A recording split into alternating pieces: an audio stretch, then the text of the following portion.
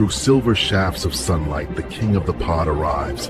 Beside him, the queen glides in shining grace. To the throne of coral they swim. This episode is brought to you by thedolphinwars.com.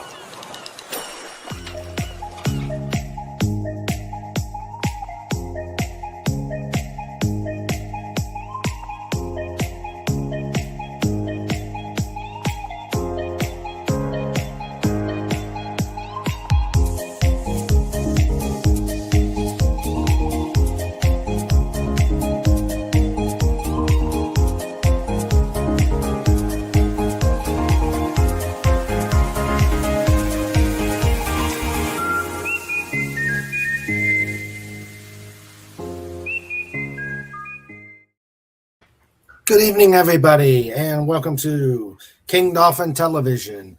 I am Raymond. I am the author of the Dolphin Wars trilogy of books and the ruler of the greatest pod on YouTube. Welcome to episode 445. And tonight we have the pleasure of having RMADMAN4 on, and I'm looking forward to talking to him, getting back to these interviews, and I'm looking forward to having you guys ask questions too. Yeah, let's go. Yes. Before we get started, Tim brought this up that James Vanderbeek from Dawson's Creek and Varsity Knights, I think it was, passed away today. So please keep him in the thoughts. If you've seen his stuff, if you've seen his stuff, keep him in your thoughts, or just the fact his family too. Yeah, his family. And he passed, he was only 48. So, yeah. Okay. So if you love these interviews, if you like the various things we do on King Dolphin TV, the Radio KD TV, the interviews, the reviews of comic books, and of course the chaos that is known as Just Cuz, please like, subscribe, and do all the other things that a channel needs to do to beat down that anger rhythm. Mm-hmm. So I'm sure Legatus may put something out there. We'll go over that real quick. And also, full disclosure, I am still on the tail end of that nasty cold I had a few weeks back, so I may be clearing my throat a bit. So just keep that in mind. And also, if you are so inclined, and please do what FKHC says, who says, pay up, you deadbeat, so Snorty and Trike won't visit you. Give a super chat, sticker, or something in the tip link. Snortopupus will put it out there. This helps keep the lights on here at the pod, and so it helps pay for stuff here. Let's see, and there's the tip line. You got to keep the gears rolling. Got to keep the gears growing. Yes, rolling. All right, so let me introduce people who are here. Let's see. I shout out everybody, so don't. Yeah. If I haven't, or if you come late, I will make sure to shout you out. We have War Pig Mint. Hello, War Pig Mint. Welcome to the pod. Hope you enjoy the show. Let's see. Now it's my amazing lifeguard corps. Starting out with my producer, Sandra. King Dolphin TV in color, stereo where available. And I'm sure you'll be hearing Trike sometime in the background giving his inputs to the story. And then we've got our very own FKHC 2005. We've got the magnificent and fantastic Legatus Legionai. And of course, the biggest, the baddest, the hardest working bear on the internet, the one, the only. Let's see. The one, the only. Snorter poop ass!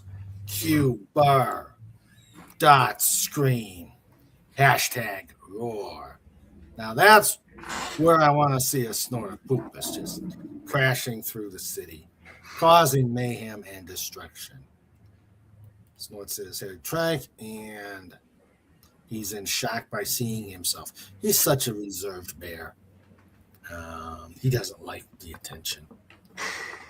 He's everywhere though. It's like Yeah, any stream I go to, it's like he's usually there. Yeah.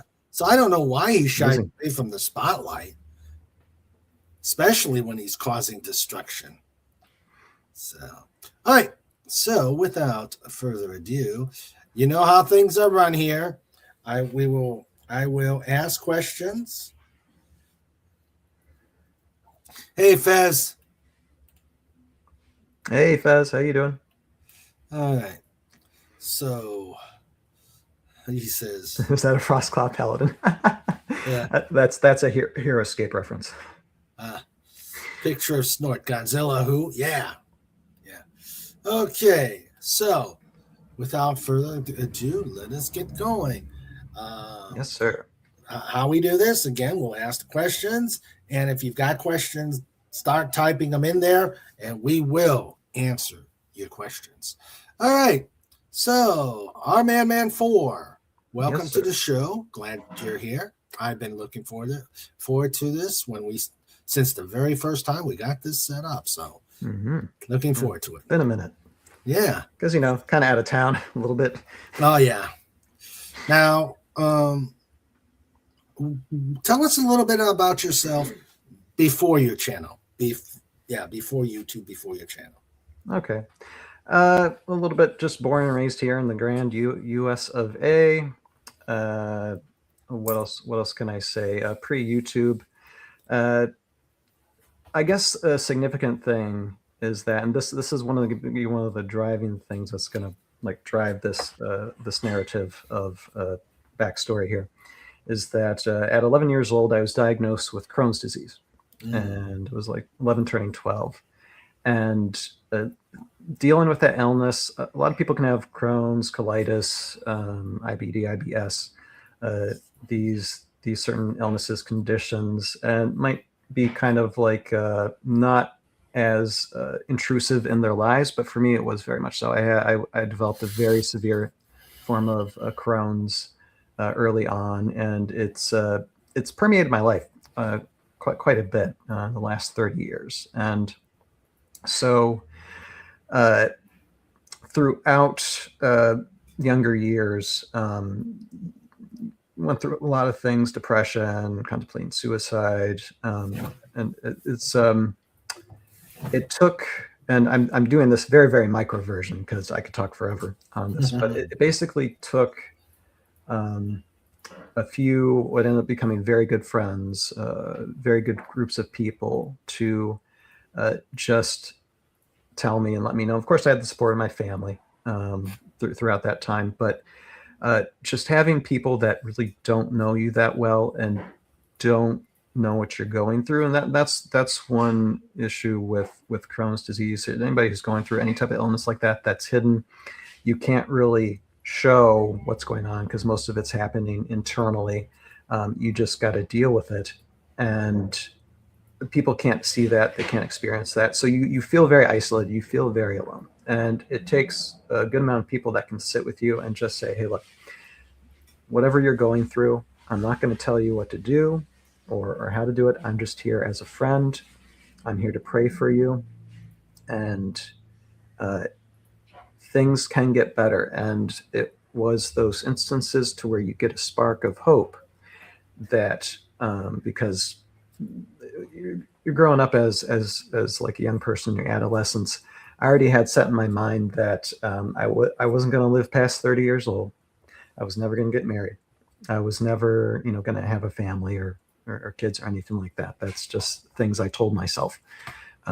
Just because when you have this illness, medically it's incurable, and a lot of people, because I'm in the forums, I interact with people that have the same issue. It's very easy to become disabled, to not be able to do anything other than just suffer and deal with hospital stays. And I've had my lion's share of all that. But there's no, it feels like you just can't have a future. Well, I'm here to say, and it really doesn't matter what illness you're going through. Always have that spark of hope, no matter what, because if you can even still crawl, keep on crawling forward to something. Set a goal. Give yourself a reason to. How would I put it? Develop reasons, develop goals towards something that is beyond your current situation. Not to ignore your current situation, but to give you a reason to keep on walking. And that can be a simple thing, but for me, coming up when I started developing Tales of Valhalla, the YouTube channel behind it, this was a BHAG. This was a very big, hairy, audacious goal for me to set. But once I make up my mind to do something, I'm going to do it or die trying. So I guess that's basically the premise how it started. It's a very, very, very nutshell version of that start. I don't know if you wanted to expand on anything else. I suppose when it comes to, I guess, pop culture, I mean, I grew up loving Star Wars. Lord of the Rings came about in 2000 when I was 18, but I grew up with like the old animated Hobbit film. Oh yeah, Franklin Bass one. I was practically raised on that one. Original Star Wars. Actually, like I remember falling in love with Star Wars when my mom would take us to the library when just like under the age of 10, and you get the VHS tapes, you know, to take from the library. And before the transition of the original Star Wars into Star Wars: A New Hope, and that whole re-edit and reclassification of the films, actually got to see the original tapes from the library. So I know that it's not that Han shot first. Han was the only one to shoot. Yeah, grew up on those. I've read a lot, very well read. I first started reading a lot of Hardy Boys.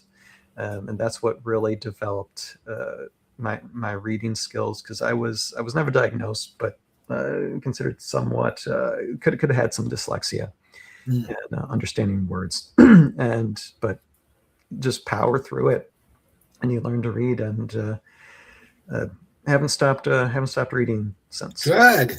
Yeah. So, Okay, so what made you? You may have already answered, but what made you want to create your channel? What gave you the idea to say, "Oh, I'm going to do a YouTube channel"? Okay, so we're going to go back a little bit. We're going to go back like I think it's year 2000, 2001, when Lord of the Rings, Fellowship of the Ring came out.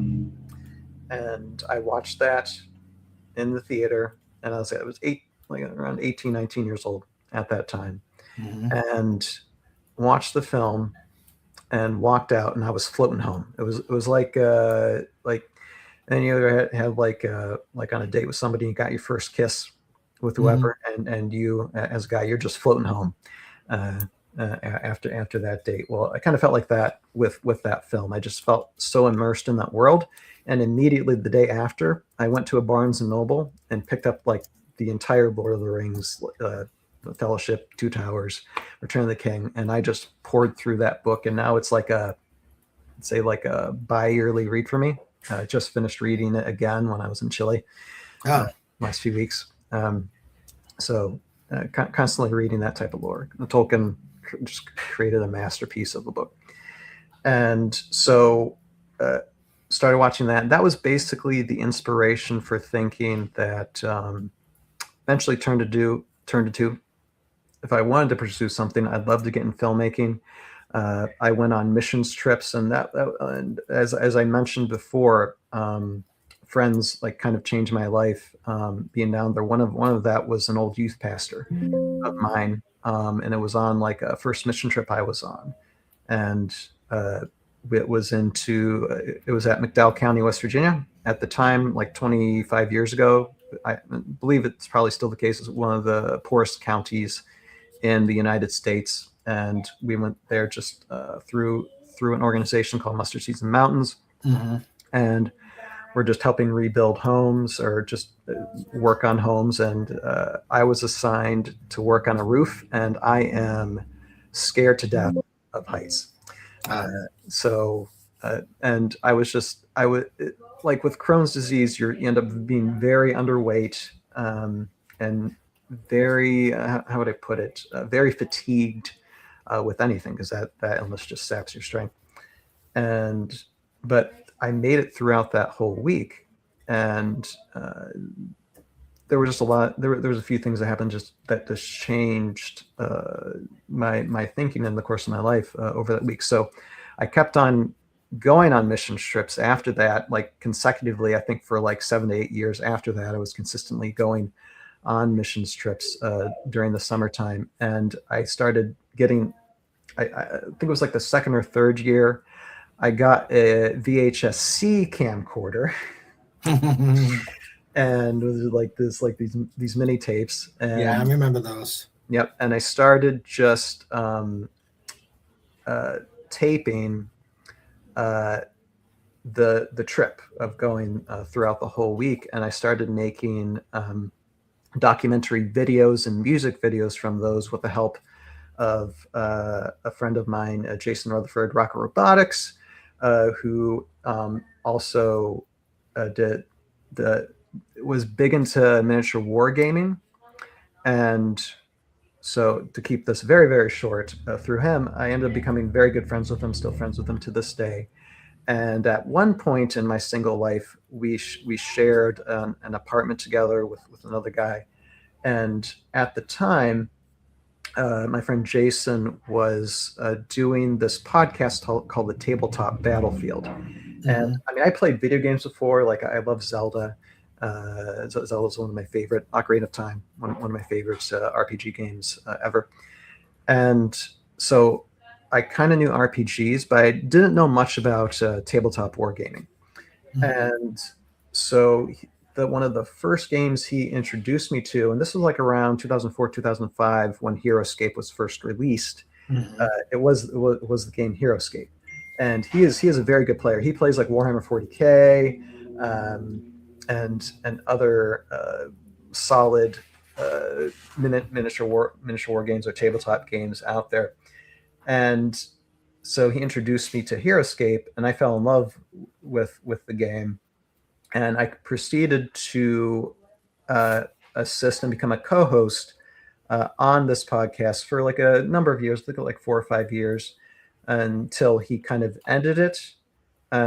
Yet still, how would I put it? We still do end of the year episode every year since like 2009, 2010, just to keep the podcast kind of going. It's not more talking about miniature war game. It's more just following up on what we're doing throughout the year and having fun with that. So that's where I found out about HeroScape.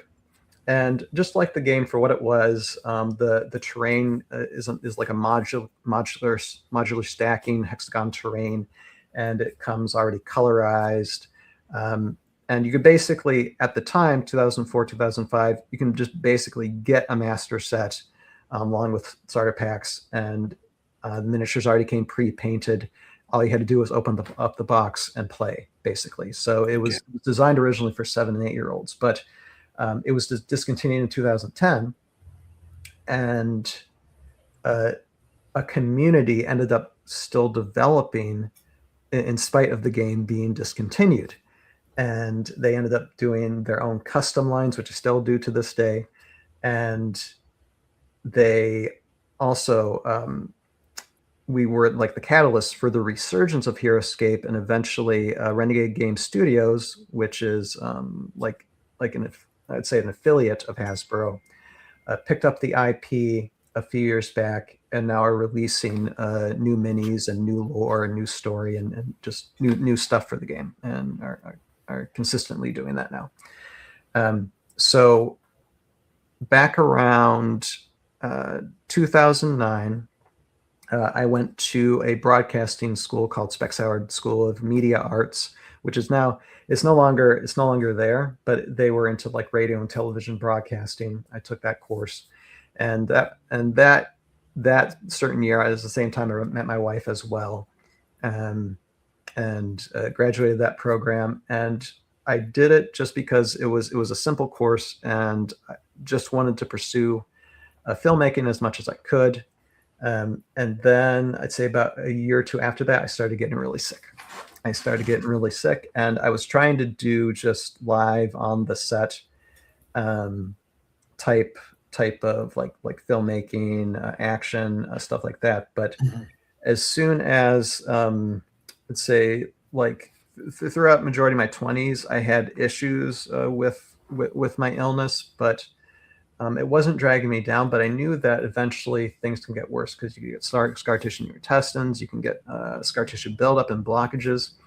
That's eventually what happened to me, like around 2011, 2012. And there were times where it nearly killed me, because as much as I have to work with the medical system, I don't like working with it too much.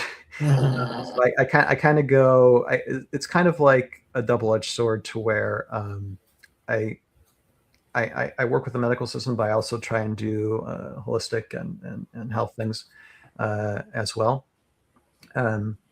But either way, Crohn's is a degenerative condition, illness, to where eventually, if you don't take care of that, Sandra says, I've taken care of Crohn's patients. It's not pretty. No, it is not.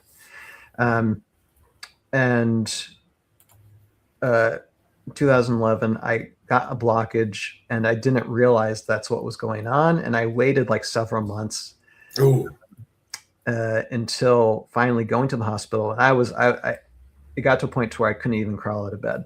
I had to have an ambulance come in and pick me up. And around this time, my wife was so frustrated because she kept on telling me, look, I know you don't like go into the ER, but you got to go. And I'm just like, no, I know what's happened. It's happened before. And then like, I was like around 90 pounds, under 90 pounds probably around that time. And even me being underweight, that's not good. And had to, like I said, I had to go to the ER and get an NG tube. I stayed for like a week, and just to like reset the system. And they took like scans of me, and they're just like, yeah, both your large intestine and your small intestine are heavily scarred. You're probably going to have to get surgery sometime down the line. And around this time, I was also working with, so I'm working with a gastroenterologist. I'm also working with a naturopath as well, because I'm trying to get the best of both worlds here. Because I know with the medical, eventually there's going to be deterioration anyway, because medicine can alleviate symptoms, but it's, like I said, medically, it's already an incurable thing. So I'm trying to do things holistically via a naturopath who helped me out a lot, actually. Good. And that particular time, though, and this was like, I think it was like 2011 to 2012, that near-death experience, like coming out of the hospital, and I had to like literally nearly relearn how to walk, because everything under the torso had swollen so much in my legs, had a lot of water retention there, that it was hard to walk up a street curb. But I was very thankful for that second chance at life. And I started refocusing on things like, okay, I know that I'm in for a fight, and I don't want to just keep my focus entirely on the negativity of dealing with this illness, because I know that either way, I could probably get some healing to my intestines, but it's going to take a lot of time. and I have to have a lot of patience with myself via this naturopath as well as the medical system. So I thought, okay, what can I do during this process, during this time? And so I understood, like, I'm pretty much locked at home because, I mean, with Crohn's also comes bathroom issues, and I had my lion's share of that, but also just dealing with the hospital. There's no way I could like go out to a studio or a film set. So I brought the film set to home because I would be reading a lot of books on filmmakers. Robert Rodriguez comes to my mind, Al Mariachi, and his career. And he mentioned how he started with stop motion animation at a very young age. And that's how he learned to develop himself as a filmmaker. So I thought, you know what? If I can't go out to a film set or a studio, I'm going to bring the studio to me. So that way, if I'm working stop motion animation and I have to go to the hospital, well, I don't have to pay those minis, and they'll stay put where they are until I come back and just try to do something. So like script writing, producing, animating, I didn't know virtually like 99% of it. I had to learn via YouTube videos. I had to learn by trial and error. And that's how I developed Tales of Valhalla Season 1. And for voice actors, eventually I got a group of like 30 to 40 people, friends and family from all walks of life, that volunteered to this show, to this series. And some people just like, Ryan, whatever you can fit me in for, then I'll do it. And some of those voice actors, even though they're doing other things in their walks of life, incredibly talented in what they did for the series. So had that, and I just grinded as much as I could. And there are times, especially with what I was dealing with, the severity of my illness, to where I'd be up at night anyway, because the pain was so intense from like the digestive pain of blockages, or just roughage in the intestine, scraping against like a damaged area of intestine, that it's incredibly painful. It makes you pass out. It gets that intense. So I figured to myself, well, if I'm up during the night anyway, I might as well be animating during the night, because that's when I can control lighting the best. Because obviously I don't have an animation studio. And even to this day, when I'm animating, I'm doing it at nighttime when it's dark, because it's all pretty much DIY. And I can control the lighting better that way. So I've lost a lot of sleep, but I was going to lose a lot of sleep anyway. And I'll give you a picture of it like this. So the amount of photos I've taken with a Canon T3i, and I broke this thing twice already. I just broke it again a couple of months ago, so I'm taking it to be fixed. So I think after it breaks the third time, I'm probably just going to retire it and get another camera. But I've really used this T3i as well as a backup like the past 10, 15 years. I've taken an equivalent of 250 to 300,000 photographs of stop motion animation in the past 10 plus years doing this. So over 250,000 photographs for this series. So I've definitely like, when it comes to, like, say, musicians, talking about, like, you're practicing the violin, you're practicing the piano or guitar, you got to practice until your fingers bleed to really master your craft. And I'm not saying I'm a master at doing this animation thing yet, but I've definitely developed myself a lot over the past 10 years. Okay. Mm-hmm. And you've been doing it for about 10 years now. So tell us about your channel. What are you primarily doing on your channel? So the primary passion is the storytelling of the stop motion animation via the series Tales of Valhalla: The Aftermath Chronicles. I've got 3 seasons, as well as some like shorts of introducing some of the characters, as well as other animated shorts that I've done for individual people, as well as actually Renegade Game Studios themselves. I did like a small 4-minute short for them last year for one of the game scenarios that they were doing. So, and I did that. I'm not going to do it again, but I did that entirely for free. It's probably, if you were going to measure the minimum cost of that, it would probably be like a $3 to $5 grand project, minimally. But very passionate about it, so I did it. And so when it comes to HeroScape, the primary story is that it's based off Norse mythology, to where you have Valhalla, the planet Valhalla, and you have these Akiri or Valkyrie that inhabit the land, who are the residents. And you have these pools of water called well springs that when you drink them, they give you a magical, powerful ability. You're able to see visions, and you're also able to pull warriors or just people, creatures, monsters from time and space. And so you have like Archkiri or Valkyrie that drink the well springs and become immensely powerful and have powers and start going to war against each other over the power of these well springs.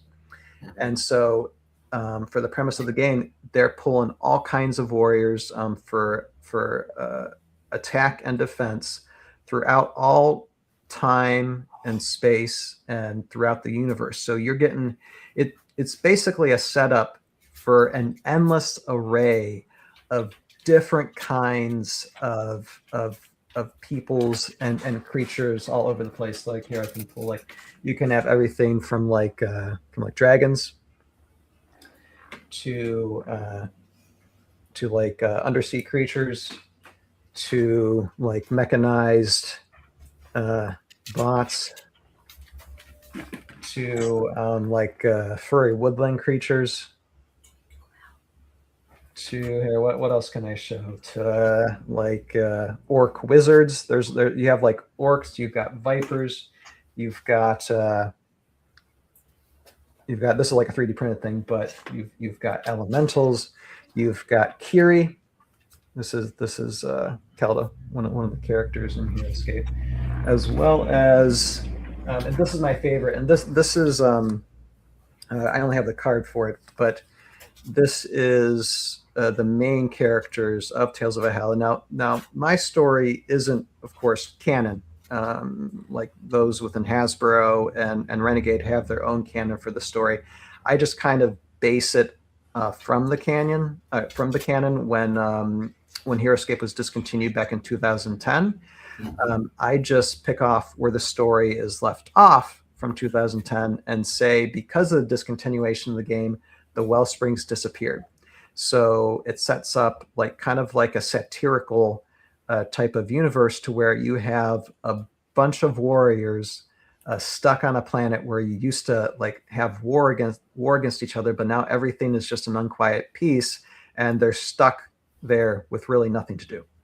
And so the primary characters from Tales of Valhalla are the Airborne Elite, World War II paratroopers, and their names. The great fun creative thing about this series as well is giving names for these Airborne Elite, because for a lot of HeroScape lore, especially back between 2005 and 2010, the lore wasn't too solidified for some characters, including the Airborne Elite. So these guys didn't get really names unless you had a hero character that had its own individual name and identity and backstory. Much of the unique and common squads didn't get that. So I applied names and personalities and backstories to these characters. Lieutenant Dan, Gimp, Harold Gimp, Charlie Tooth, aka Toothpick, and James Henderson were the primary characters, and they're kind of like a goofball squad of soldiers. And this is the log line. Actually, let me go to my channel real quick. I can read the log line real quick, which explains things very, very well. Based off the game HeroScape, oddball World War II paratroopers trek through a world of fantasy proportions to help save the universe. So that's basically the primary logline of the series. I do bend it toward a little bit more satire and fun, even though there is serious situations that happen during the series. A lot of magic, a lot of bullets flying. It's fun to do that, and so it's a little bit of a mix. But I like implementing satire just so, because sometimes there's copyright concerns, and I wanted to make sure that it was like a non-canon story, so I wasn't getting any red flags. But much like what was done for what's that Star Trek offshoot, the Orville. The Orville started as just a mere comedy, and then the creator behind that turned it more into like it's a lot like what Star Trek is, turned very serious. So it's kind of like that, although I still try to keep it then more towards the satire of things. So that's the primary reason why I started the channel. And then over the course of the past like 3 or 4 years, we also developed a podcast called the TOV Podcast when HeroScape started getting its IP revised back, and it started becoming a little bit more mainstream, even though it still is pretty niche. We started doing a podcast just talking about the game, the miniatures, the lore, the game mechanics of the HeroScape universe. And so we do talk about that. I do streams where I'm painting, or I'm going through like edits of animations or animating, or playing the game itself. I sometimes do skirmishes. They have like a digital version of HeroScape called OHS, or Online HeroScape, where they've done tournaments and stuff. There is such a tight knit community within this that's expanding all the time, and so they are the primary reason why this game continues to be alive. And even if Renegade like discontinues the game, it's going to still keep on going, because the community is just that strong in their love of the game and their love of playing the game. So that's another thing we do on TOV, as well as we bring guests on. Sometimes we've even like brought people on from Renegade who have worked on the game or developed the game. A lot of times we bring on competitive players, and eventually we are going to start, because I have played competitively a little bit, but there are some guys who are really into the competitive part of HeroScape, and eventually we're going to start doing a series on the podcast, which we dive into that as well, or the way it's like get more in depth in the way it's played, the way it's developed, and the way that like tournaments are organized as well. So it's really having fun creating that content. Good. Yeah. Good. Let's see. I think we talked about all the questions I had here. Let me. I've been putting the links out there. I will say one thing too, because some people might be asking like, well, okay, you're RMADMAN4 via the Overlord DVD community. That's how I'm known by. And it's like, where's this Tales of Valhalla coming from? Well, RMADMAN4 is my private channel in which I view everything on, because I don't want like a record on my my TOV channel. So I try and I keep those separate as I possibly can, because TOV is just a different niche thing. Although it doesn't mean that they can't cross; they just usually don't.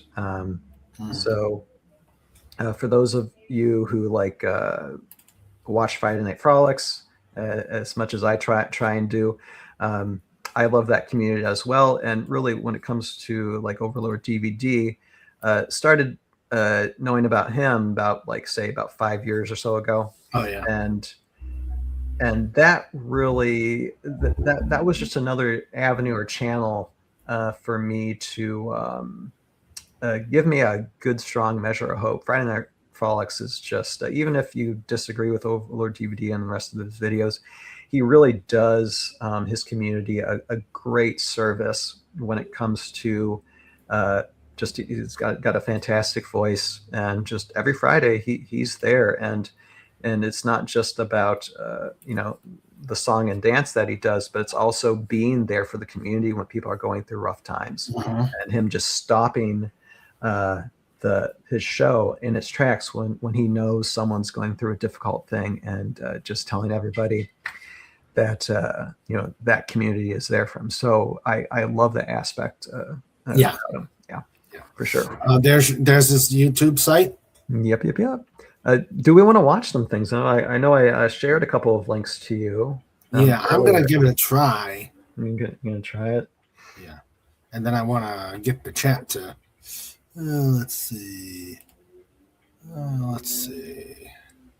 Yeah, and I'm sorry, I can't read when I talk, so I'm gonna be looking at in the chat here. Let's see. Yeah. I got.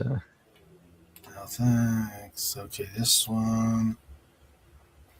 Night games. We've been carefully Commercial. growing the world's largest selection of tabletop games. It is time to battle on the fields of Valhalla for a chance to advance. That's another YouTuber. That's not the mine. World Championship.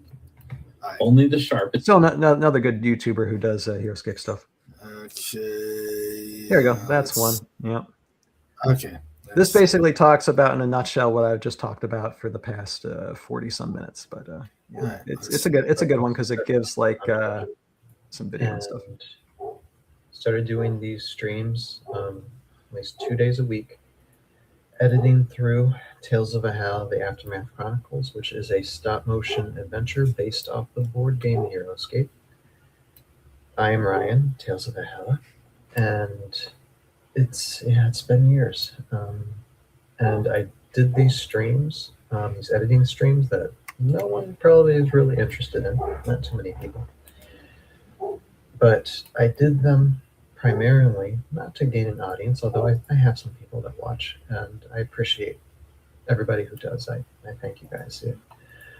You are some of the reasons that keeps me going. But for myself, it was to hold myself accountable. It was to ensure that no matter what I was going through in my life, that I would keep on doing this, that I would finish it, because I knew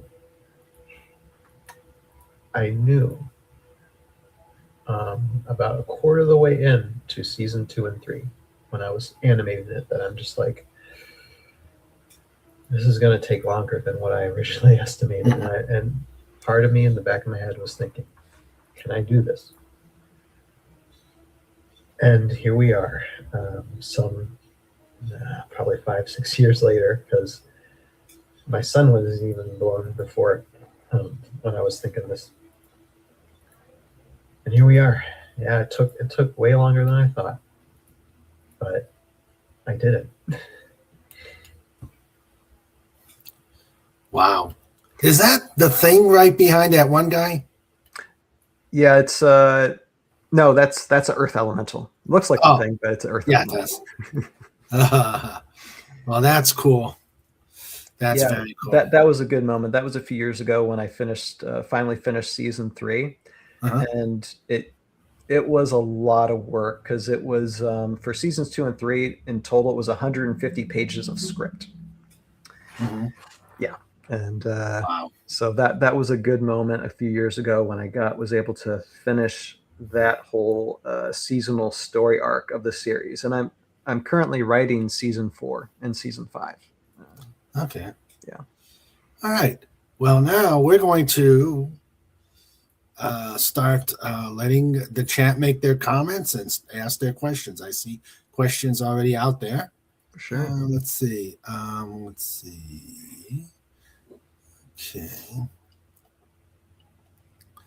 Okay, we've put the link out there. Okay. Yeah, thank you, Fez. I got this hat in Chile because I was away in Chile for like 3 weeks. So Nice. I was actually searching for a leather belt, but I saw the hat, and I'm just like, you know what? This fits me pretty good, and it looks really good. So yeah, why not? Warpig asks, "Is that a Frostclaw Paladin?" Yeah, I was talking about Snortopupus's tubers, and a Frostclaw Paladin is one of the new releases from Renegade. So yeah, we have bears in this game in Heroescape, and they're like armored bears. Yeah, armored bears. They got heroes, and you got squads. Yeah, okay. I don't have any around me, but yeah, we do. We got them. Then we go through the Han shot only. Yeah, Han shot only. Yep, I made that clear. Han shot JR. Got to be old to get that one. Let's see. Snort says, "These are my favorite books. Currently doing my annual listen of the Lord of the Ring audiobooks." Cool. Absolutely. Let's see. Extra plus if you've read through the Silmarillion. Because I have. I've only read The Hobbit and went through the first few chapters of Lord of the Rings, and Tolkien's not for me. You have to get past Bree in the book to really get the book going, because the first little bit until you get to Bree, actually until you really get to Rivendell, things don't start rolling along, because I mean they're off, on an extra adventure that's not mentioned in the films, so probably for a good reason. Okay, first question coming from Legatus Legionii. "I see you paint minis. What was the most complex mini you've ever painted?" Right. Well, I am very much a beginner when it comes to painting minis. I'm currently so I haven't painted too much, and unfortunately, a lot of stuff is just boxed up. But what I'm currently painting here, this guy is from the race of Isonex, and they're kind of like a fleshy robot type race that actually in their planet's history of Noxtorma, they actually come from these furry woodland creatures. But they use technology called cyan or silene, and you can kind of see that in the blue veins here. That powers them up, and eventually that to make a long story very, very short, the furry woodland creature race ends up turning themselves into their worst nightmare, these types of creatures, and eventually destroys their planet. But before the planet is destroyed, you have some Valkyrie generals who use the power of the Wellsprings to take them from their world and bring them to Valhalla.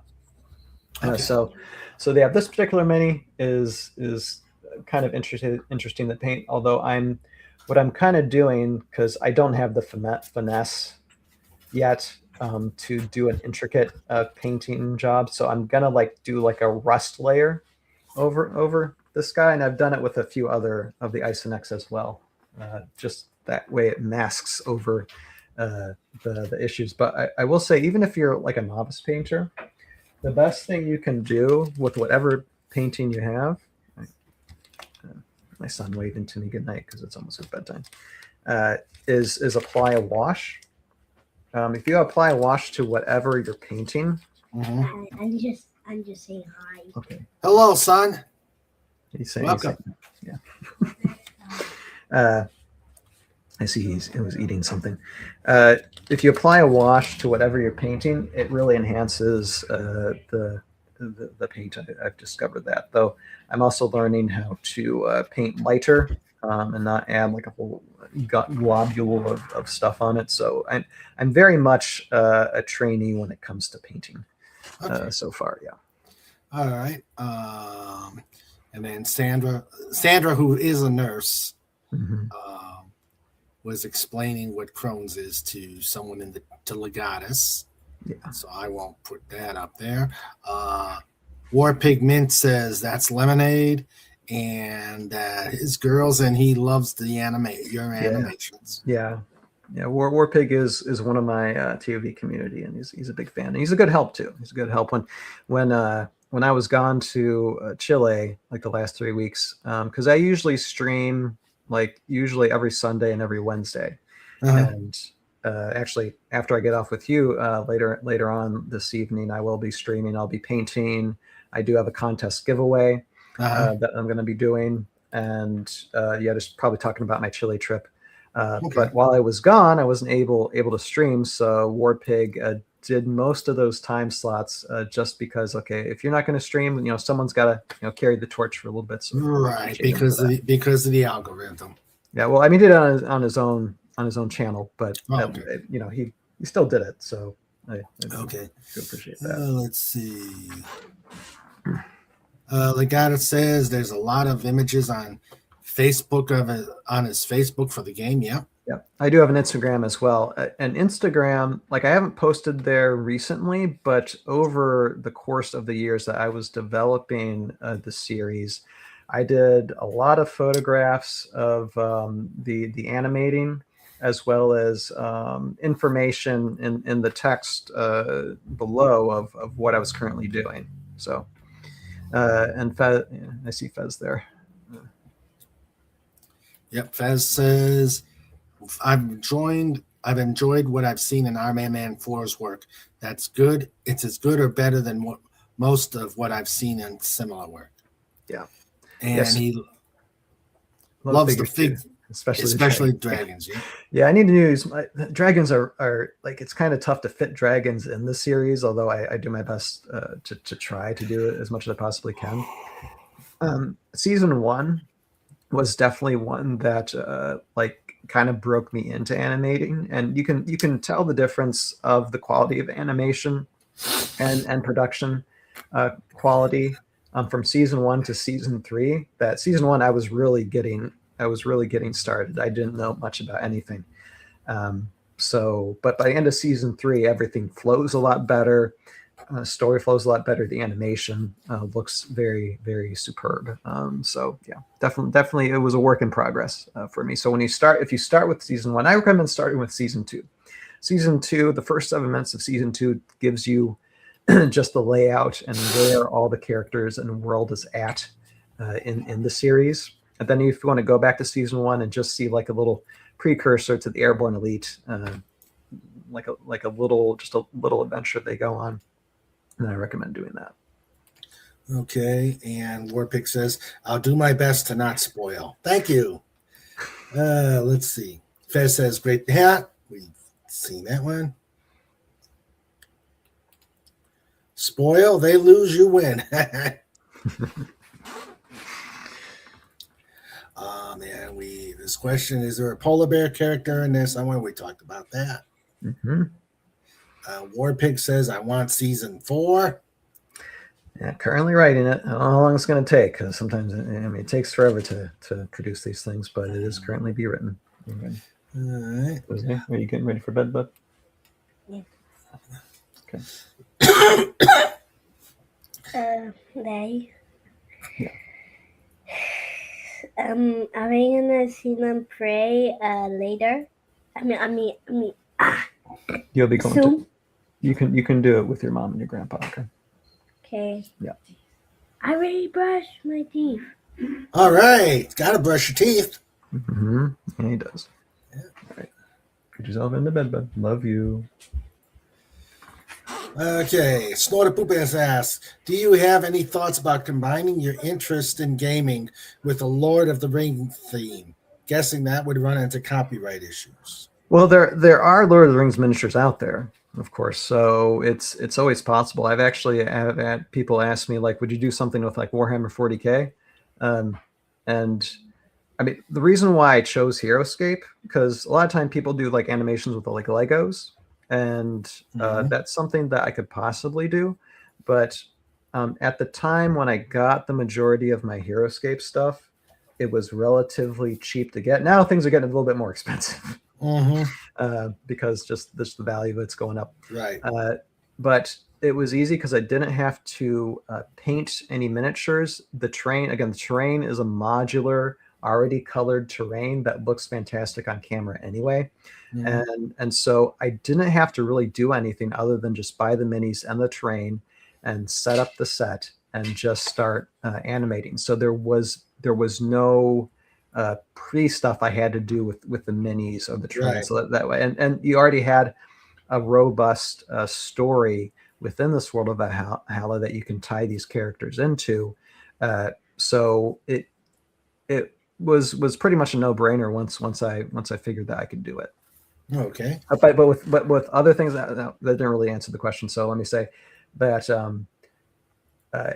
it'd take a lot of time, a lot of preparation. If let's just say if someone from Lord of the Rings or like someone who has deep pockets wanted me to do something, then yeah, I could be motivated to do it. But I would need like assistance in that, because it does take a lot of time to do these things. It does. Yeah, you can't do it on your own. No, not probably. It would take, and if I did, it would take a ton of time. It would take a lot of time. Yeah, and you have a family. That as well, yes. Let's see.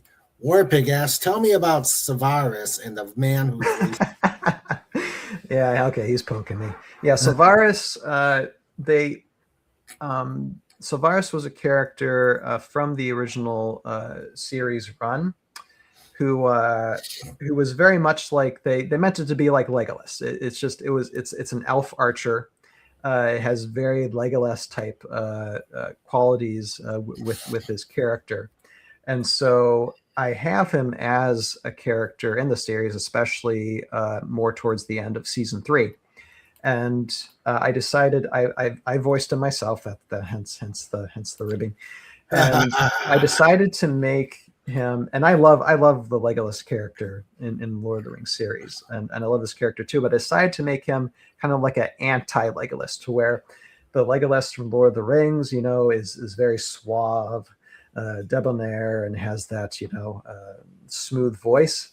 So Varys is the exact opposite. Savaris has a high, whiny voice, is always wants to jump into the fight, even though he's probably up against creatures that can just wipe him out, because he's in the game, he's more of a distance ranged unit. He's not a melee unit. And so you want to keep his distance, but his personality is kind of opposite of that. Okay. And yeah, I'm not going to do the whiny voice right now because I've been talking a lot and I don't want to ruin it, but it's very high pitched. I do a very unique high pitched voice for that character. And then I even enhance it a little bit more in post as well. So, okay.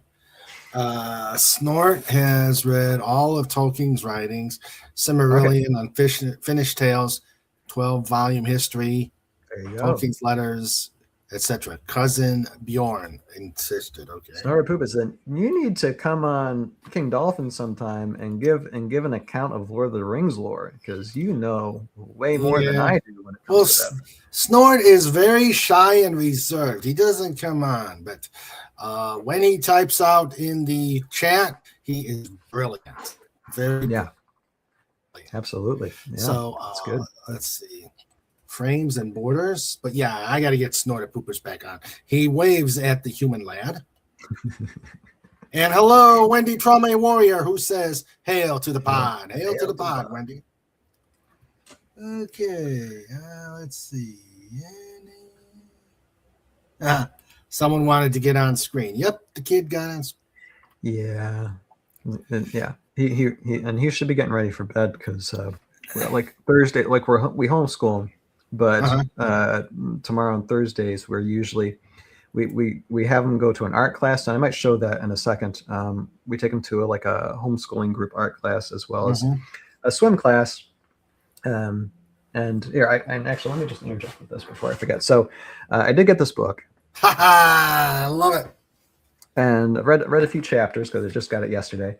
And one of the characters reminded me actually of my son, because one of the characters is into swimming, and I can dog paddle, but I'm not that much of a swimmer. My wife isn't much of a swimmer, but my son is so focused on the ocean, marine life, and swimming that I'd say it's about a year or two ago he started doing drawings.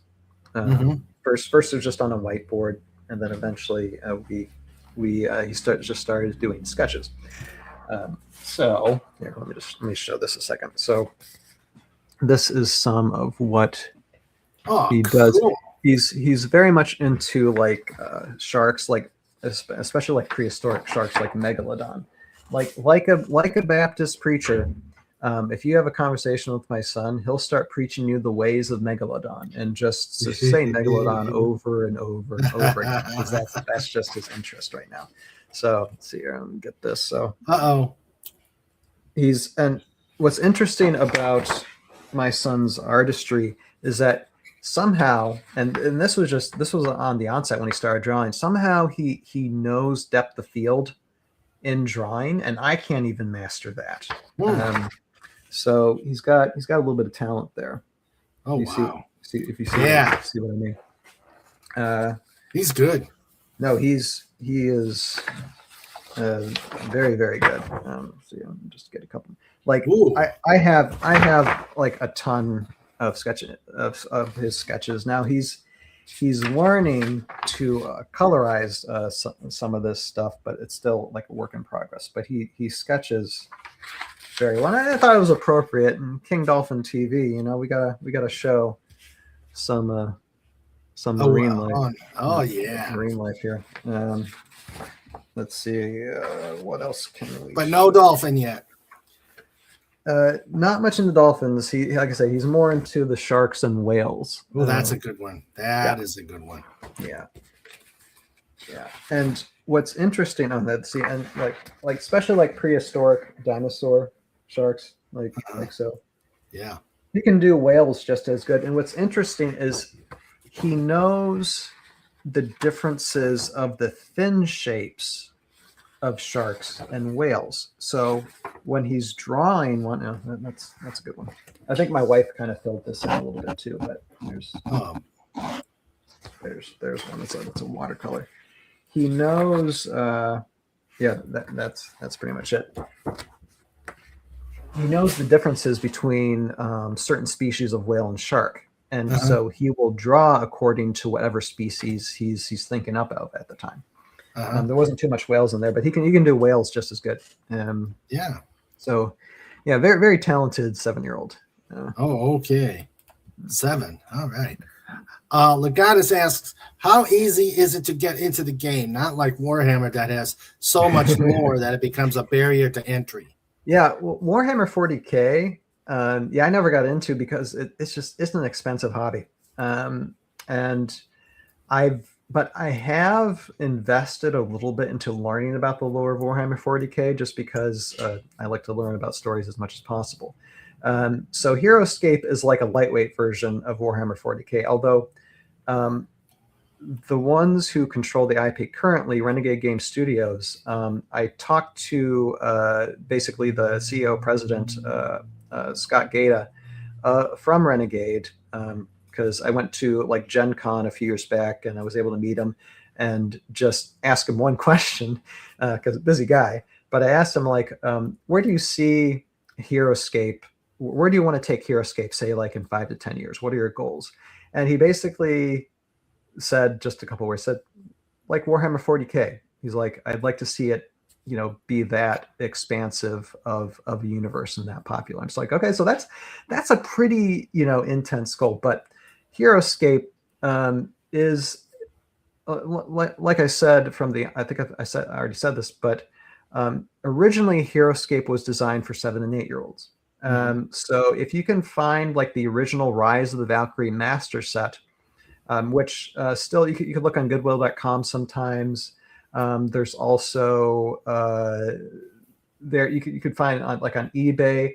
There's also different HeroScape selling places that you can usually find an equivalent to either a boxed Rise of the Valkyrie Master set that was released, I think it was 2004, 2005, or like it might not be in the box, but it's you have all the materials and the rule books. That's a great place to start. It's not that when I say not that expensive, I think it runs probably like anywhere from like $50 to $100, maybe a little bit more. for that original master set. And if you want to invest in the new HeroScape stuff, they released a master set, I think it was like a year and a half ago, called Age of Annihilation. I think now that runs around $150 as well. And then they're about to announce another master set called Secrets of the Citadel in a few weeks. They're going to have like an online convention called Renegade Con on Renegade's YouTube channel. And they'll be announcing that and talking about stuff. And they also Renegade has starter packs as well.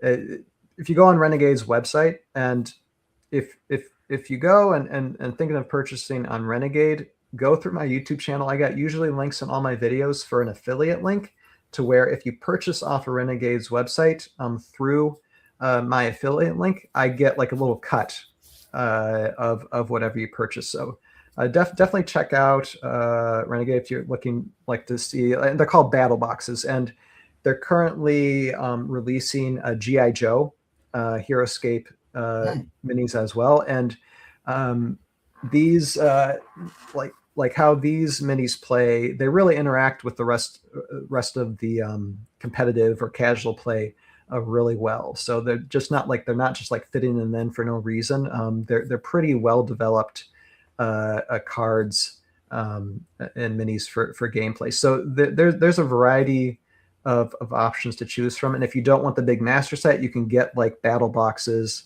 I think one's called Battle of the Wellspring, or like the G.I. Joe. And I'm pretty sure they'll probably have announce another battle box for pre-order in a few weeks as well. So there's plenty of options.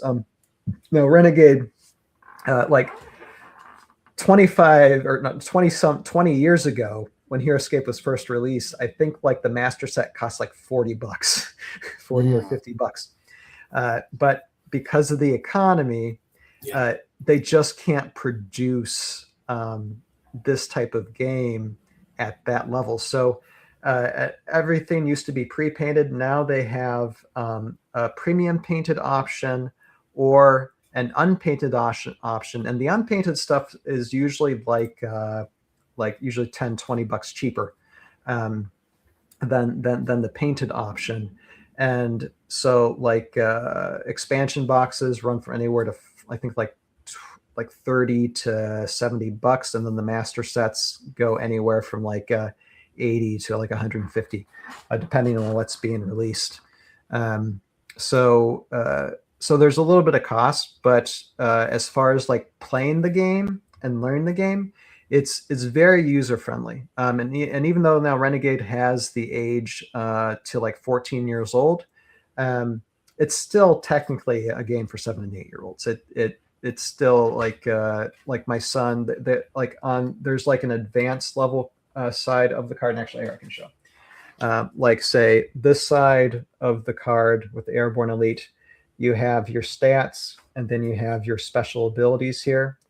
But if you go on the back of a card, you have just the basic card where you play with just the stats and no abilities. So there's 2 ways to play the game. One's a simpler version, and I play that simpler version with my son, and he loves it. He loves throwing the dice and battling sometimes with those minis. So okay, yeah. All right. Let's see. Warpig says the kids' art is good. Mm-hmm. Fez Shark. Shark. Yeah. Snort says my refusal to have a microphone or camera is also an issue. I understand. I know there's some people who are just camera audio shy. I get it. I are one of them, actually. Yeah. He's got the perspective going really well. Orcas are technically a dolphin. That's true. Thank you, Legatus. Yeah, I do have a Discord. Yeah, TV Discord for sure. Okay. Orca are technically a dolphin. Yes. So my son does draw orcas. Yep. Oh, cool. Yep. That he does. Let's see. Sure, go ahead. Let's see. Grab the link. Yeah, whatever you want to do. Drop things. What link you're talking about, Sandra? The discount link, their order link. Oh yeah, yeah. Put it in the private chat and I'll share it. Here, let me see. Oh, okay. Looks like she's getting it to. Yeah, there's a few affiliate links. One's for the US, one's for the UK, and one's for Europe. So Yeah, just put it into the private chat and I'll share it. Oh, let's see. Oh, do you want me to do that? No, actually, we got it. Okay, got it. Okay. Legatus got it right there. There's the link.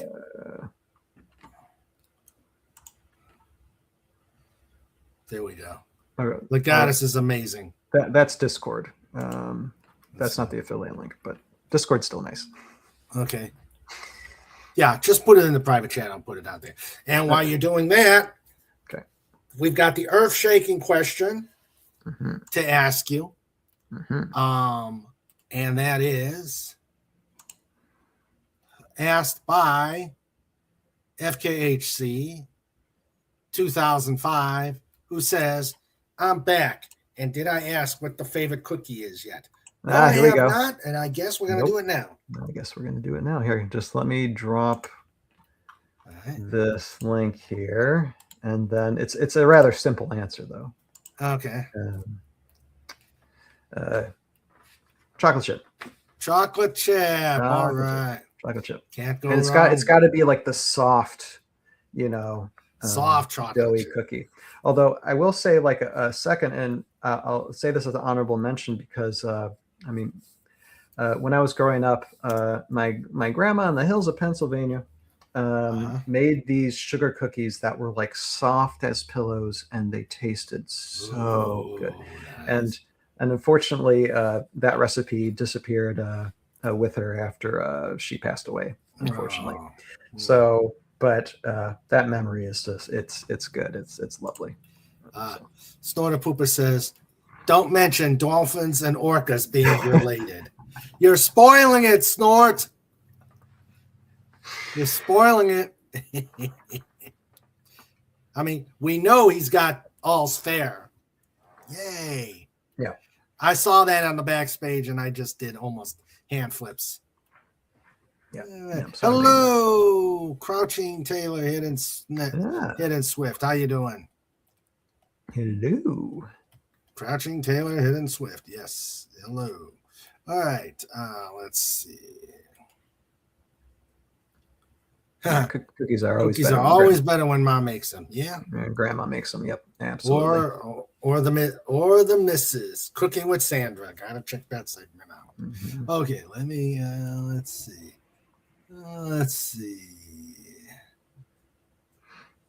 Let's now put the US one. I think this is the US one. Let's see.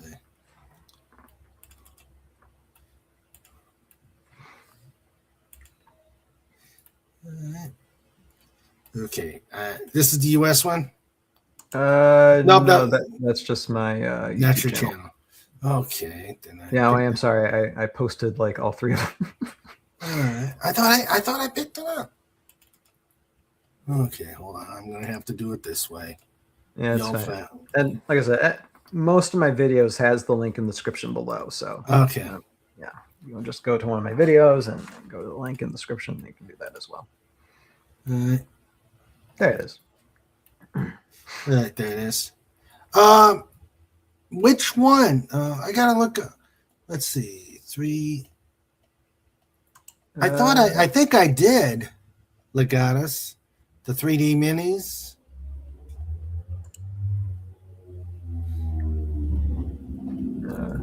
Let's see. Oh, yeah, I did. 3D printed minis. Oh, I don't remember, but yeah, I do. I have 3D printed minis. I have done 3D printed minis because, like I said, this fire elemental is a 3D print. So I have done that. Although most of the 3D printing I've done on this 3D printer has been terrain. Okay, there it is. A lot of terrain. A lot of people are moving toward 3D printing minis as they can't find one already pre-made. Are you into that? Yeah. Like I said, I do a little bit. I mean, this 3D printer actually does a better job printing terrain than minis.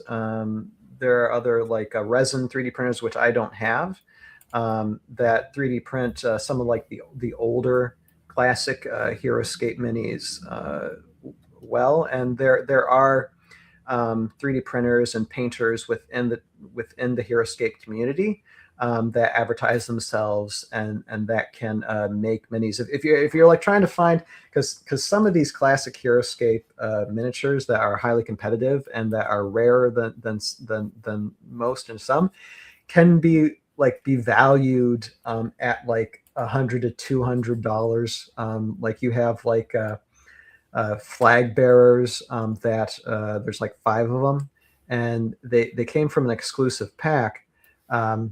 Actually, exclusive packs to themselves, and altogether they're like $500 to $600, probably valued even more. And they're just like little minis, but they're so highly valued by the community that sometimes it's better just to ask a 3D printer and painter just to print and paint for you. It's a bit more economical and cheaper. And if you're just going to play them, you want to be playing them via the mainstream Renegade competitive anyway.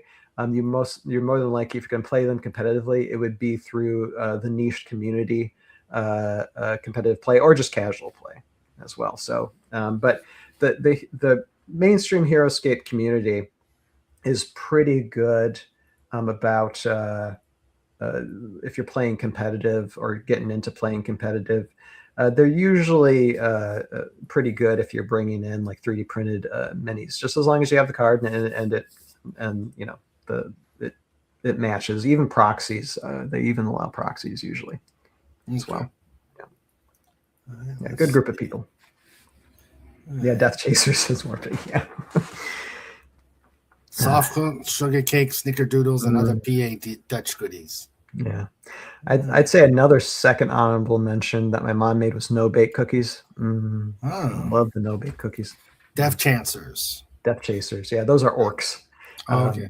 That was one of the last lines of original classic HeroScape that Hasbro Wizards of the Coast released before it was discontinued. So there's not many prints of them, although what Wizards of the Coast did, because Wizards of the Coast doing shady things, who'd have thought?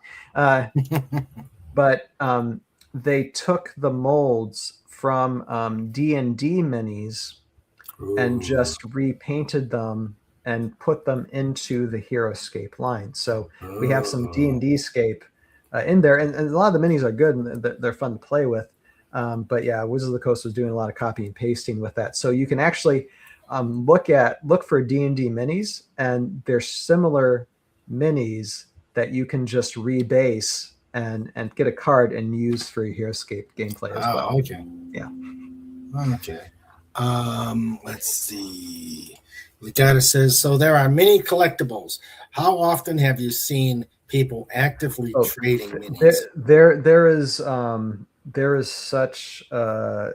are few networks of buying, selling, and trading within the HeroScape community, whether via the HeroScapers Discord or HeroScapers.com or HeroScapers on Facebook. It's everywhere. It's ongoing. It happens all the time. It's quite extensive. Okay. And we're back to the cookies. I used to make no-bake cookies all the time. Raymond doesn't like peanut butter. No, I don't. I'm sorry. Although I love the peanut butter. My mom would make a peanut butter cookie with like a Hershey's Kiss in the middle of it, back in the day. She's done that too. Yeah. All right. All right. Any more questions? Well, it's running up. I know that like reading a little bit your book inspired me to get a couple of books out that I've read for a while that maybe you might be interested in. Okay. About like yours is more of like a war thing, so it's more like thinking about maritime and war type history, because I like to delve into world history a little bit. So this is one, and if you can just find, I don't think this book is in print anymore, but you can find a version of it as long as you find the author. I think it's like the South, but it's based on the Endurance, Ernest Shackleton's voyage. And this was back, this was over 100 years ago that this this particular expedition happened. And just look for the author, Alfred Lansing, Okay. and find that book. This is one of the best real life adventure stories you're ever going to read. And I don't want to give it away if you've never read it. But basically, around the turn of the century, the height of exploration of the south and north poles were at its greatest. Exploration was a huge thing back then for these regions, and for Antarctica, Shackleton was one of those legendary explorers for the south, the Antarctic continent. And one of the things that he tried setting out to do was crossing the entire continent way back then. So they got this boat called the Endurance, and they were going to reach to one shore in the Weddell Sea, ended up getting ice locked. And I think it was a crew of about like 25, 30 men, and got ice locked in the ice pack, weren't able to make it to shore. And that boat ended up getting crushed by the ice. And so these men had to live on the ice floes and somehow rescue themselves, because this is back like just after World War I started. There's no search and rescue. There's barely any airplanes. They are on their own, and they're stuck out on the ice with no ship trying to survive. So that's the setup. And it's quite a unique adventure story. I recommend anybody reading it. And then for like the military side of things, because that's what I was reading a little bit in your book when it comes to flying planes and such. So I think you're a little bit in this. This book that I picked up like a few years ago, The Last Stand of the Tin Can Sailors. This talks about the Battle of the Leyte Gulf.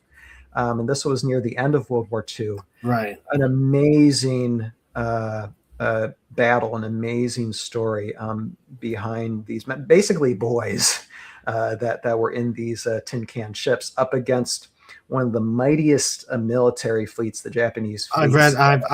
I've read that story. Okay, you're familiar with it. It's amazing. Yeah. It's an amazing story.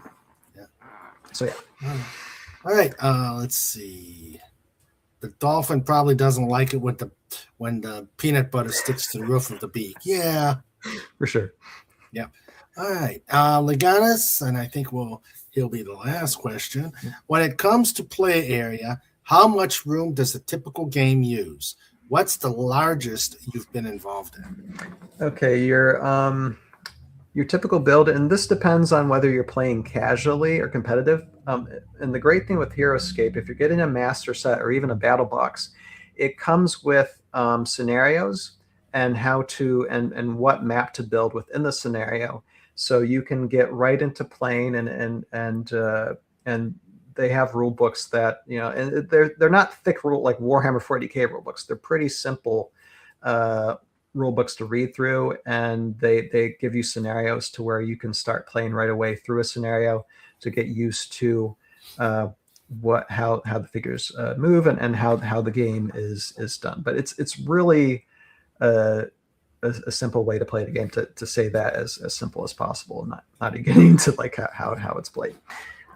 But so the maps can be anywhere from like mid-size, but it'll basically cover your table. But it can be from small to huge. Competitive maps tend to be like fairly big, but not too big, because you want the armies to fight right away. Because you have like competitively, it's usually like 45 minutes to an hour to play through a game. So okay. Yep. All right. Let's see. Warpig says the biggest map I ever played on was six full folding tables. Most will be in two foot square. Wow. It's not that big. And I've made some big maps for Tales of Valhalla, because visually I'm not playing for competitive casual for the series. I'm going for aesthetics and animating it. So I've built some pretty big maps for the series. Okay. Now, do you have a warehouse do you have a garage that you put these in, or are these in the basement and you have the missus saying, tear it down. I Well, gotta get to the washer. Unfortunately, I don't have a basement, and the attic is too hot and cold. And a lot of this terrain, it's like a 20-year. I mean, the Renegade's been releasing new terrain, but a lot of terrain I have is like 20 plus years old. So it starts getting kind of brittle. So I kind of keep it room temperature, just so the storage is I basically have stuff around me here. Let me just move my camera a second. Okay, so in this living room / office / animating studio. So you see those bins there? Well, that's some of it, and like the miniatures there. And then a lot of the terrain is there, and then that's 3D. That's all 3D printed terrain, right there in those black and yellow boxes. Looks like where I've got all my inventory of my books. Like eventually I'm going to need storage because yes, much to my wife's displeasure, it's stuff is everywhere. So eventually, yeah, it needs to be stored out of the way. So all right. Yeah. But I keep it close to me. All right, cool. All right, and I guess now it is time for show notes. Show notes. It's time for show notes. It's time for show notes. Yeah, with Mr. Reagan and Sandra too. It's time for show notes. We're bringing it on. It's time for show notes. You've all been warned. It's time for show notes.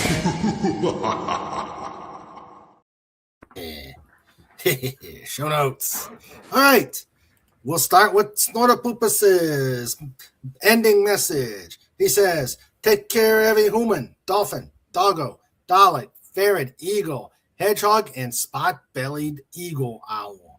TM, a wholly owned subsidiary of the DolphinWars.com. All right, let's see. And there is the owl. So let's show the owl as I scroll. All right, there is the owl, courtesy of Snortopupus. Cubar. There you go. Thanks, Snort. The owls. Harvey, run. Run, Harvey. There's the owls. Okay. All right, let's see.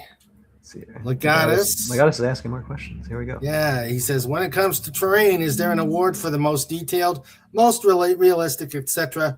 when it comes to the minis industry or the fan film? When it comes to HeroScape, there is like for competitive maps, there is kind of like a list, and I wouldn't say there's a competition for competitive maps, but people do submit competitive maps to play for competitions. So there is a little bit of that for HeroScape. Fan movies, as far as I can tell, when it comes to stop motion animation for HeroScape, I'm the only one so far that has done it. There are like others who've done like maybe like terrible. I mean, I don't mean to like, degrade anybody's work, but I remember seeing like stop motion animation of HeroScape before I started doing my stuff, and it was pretty basic.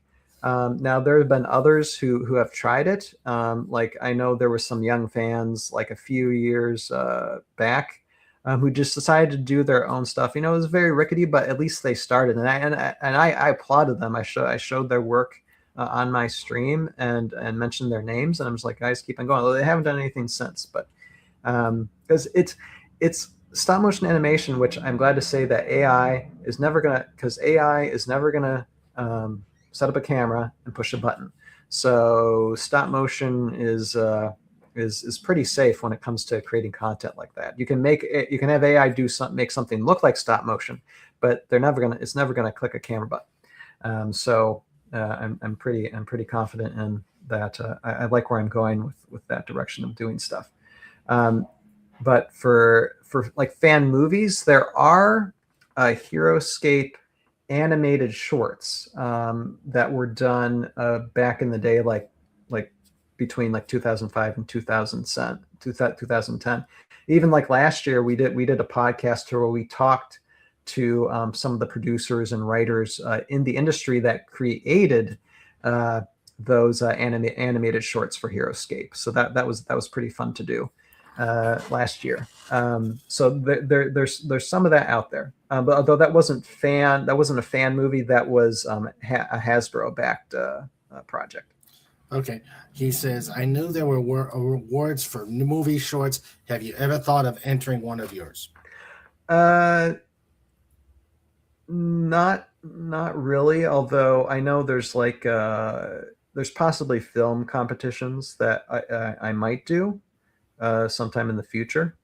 I mean, primarily I created the series because I wanted to develop the skills before, and thank God I'm still here, because there were a lot of times in developing season 1, season 2, and season 3 where I'm just like, okay, I don't know if I'm going to make it. I'm going to keep on working on this, and when it's done, then it'll be a celebration. And so thank God I'm still here. And I'll say that with a caveat too, because I suppose people may ask, well, how am I right now? Because I'm sitting here, I'm looking good. I think it's about coming on almost 5 years now. I had a surgery because, and I don't want to get too graphic, but basically, let's just say my backside was deteriorating to the point to where I needed a removal of large intestine and the backside, and have a permanent ileostomy. And I was in a really bad way back then. Now, and for conclusion as well, like through the naturopath, I actually saved my small intestine, because my small intestine was heavily damaged, but I was able to heal it to the point to where it didn't have to get any of it removed. It's functioning, and it's like, I think a surgeon described it as, it looks like a newborn baby. So I did good with that, but my large intestine, unfortunately, was just too extremely damaged that had to end up removing all that. So now permanent ostomate, and I need to be monitored medically now for the rest of my life, unfortunately. But the important thing is I'm still here. I'm still alive. I'm still here for my wife, my son, and that's the most important thing. So absolutely, yeah, absolutely. All right. Okay, now to show notes. And Wendy got home. She's lurking while she does around the house stuff. All right, Wendy. Hope you had a nice, easy day. All right. So, okay, next week, a week from today, we're going to have Christy Miller come in. She is a diamond painter that does those diamond artwork things. She will be talking about her creations. Nice. On the 22nd, I will be at a signing event at an American Legion post in Charlestown, West Virginia. Cool. Signing the 3 books. And on the 25th, the huge Comic Relief Crusader will be coming in to celebrate his birthday here at King Dolphin TV. Huge. It will be huge. All right. And I don't have any away missions, so Just Causes will be on every Wednesday. The next thing in March we will have is March 11th. We will do the next installment of Radio King Dolphin TV, Peacemaker, Dolphin Wars Peacemaker. I got to make sure I put Dolphin Wars Peacemaker in, because I don't want James Gunn to yell at me. Huge. Around the house stuff like Tom Cruise and his undie and risky business. And Snow Cooper says huge. And War Pig Mint sends a lot of dolphins. All right. Okay, so that is show notes, and let me shout out everybody who has been able to make it. Let's see, we got Crouching Taylor Head and Swift. We had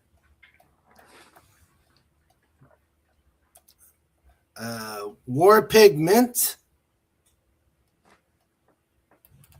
And in the Lifeguard Corps, So long and thanks for all the fish. yeah. I have never read that book. Everybody asks when they see my books. You should. I actually should. I just started. I read it like a year or two ago, and it's amazing how I mean, it's not like the movie. I mean, the movie's nice, but it's actually just like the first act. But the author, it's like does a build up, and when you get the payoff, it is so hilarious. Like, I usually don't laugh out loud in the book. I usually don't cry in a book. But I laughed out loud at one point where you got like a comic payoff in that book. It was really enjoyable. Okay, I gotta read it. I gotta find it and read it. All right. Our Lifeguard Corps, starting off with Sandra, our producer.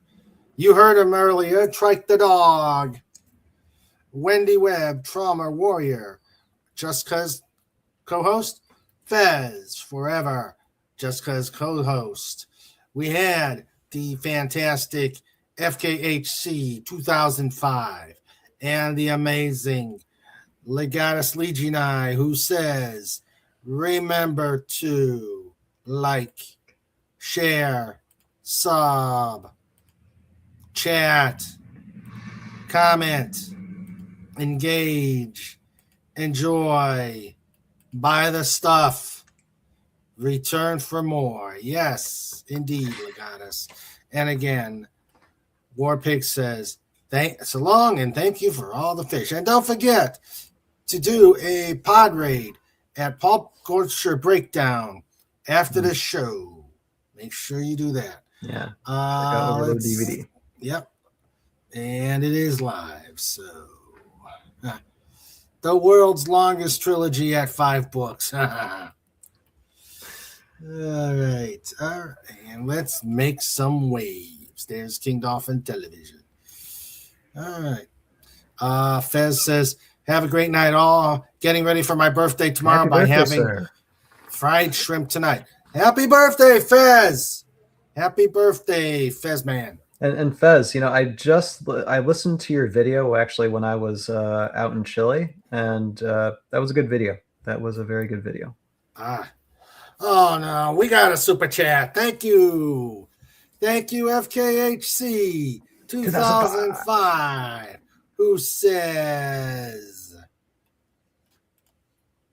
"Oh, that's this." He says, with a $1.99 super chat. He says, to heck with it. Boom.